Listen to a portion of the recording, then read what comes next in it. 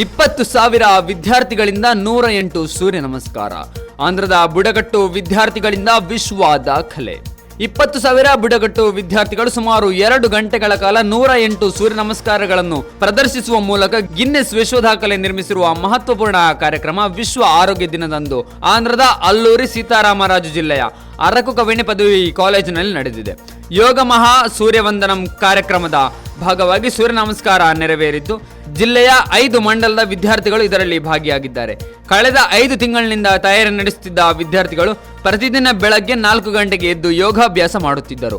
ಈ ಸಂದರ್ಭದಲ್ಲಿ ಮಾತನಾಡಿದ ಜಿಲ್ಲಾಧಿಕಾರಿ ದಿನೇಶ್ ಕುಮಾರ್ ಅವರು ಯೋಗ ಜೀವನದ ಮೇಲೆ ಪರಿಣಾಮ ಬೀರುವ ಸಕಾರಾತ್ಮಕ ಪರಿಣಾಮವನ್ನು ಒತ್ತಿ ಹೇಳಿದರು. ವಿದ್ಯಾರ್ಥಿಗಳ ಆರೋಗ್ಯ, ಕಲಿಕಾ ಸಾಮರ್ಥ್ಯಗಳು ಮತ್ತು ಒಟ್ಟಾರೆ ಕಾರ್ಯಕ್ಷಮತೆಯಲ್ಲಿ ಗಮನಾರ್ಹ ಸುಧಾರಣೆಗಳನ್ನು ಯೋಗ ತರುತ್ತದೆ ಎಂದು ಬಣ್ಣಿಸಿದರು.